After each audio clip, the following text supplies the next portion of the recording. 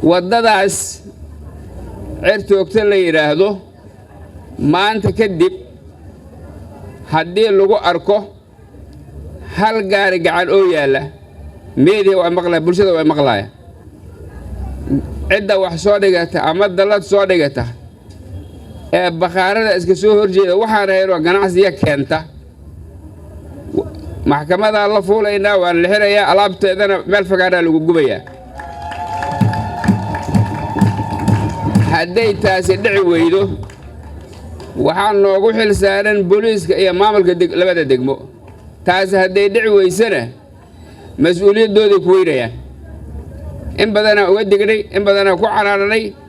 maalina laxaaqaaqa maalinta kale waa sideed waddada laamiga ah waa inay nadiif tahay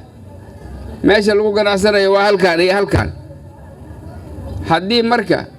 qofkaan oo dukaan leeyahay oo hortiisa oo dhan zaxma laga dhigay asiga dukaankiisa soo xir maaha waxir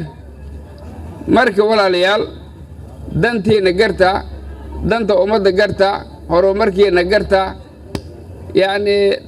dad sharaf leh oo nadaafad leh oo wasaqda iyo qaabdarradu ay xanuujinayso waa inaan noqono gebigeen insha allahu tacaala waxaan rabaa inaan u hambaliyeeyo mar kale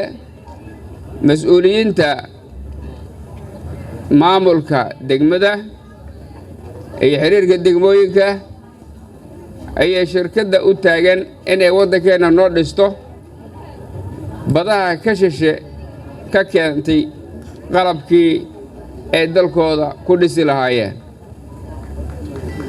waxa laydinkaga fadhiyo ma ahan intaas oo keliya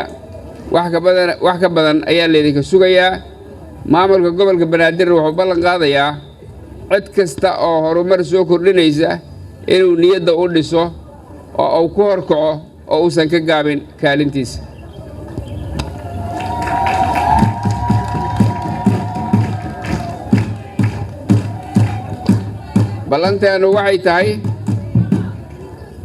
ballanteenu waxay tahay bulsho nabad ah iyo beled nadiif ah degmadii intaas laga waayo waa cadaawad nala diriraysa waan iska celinaynaa wabillahi tawfiiq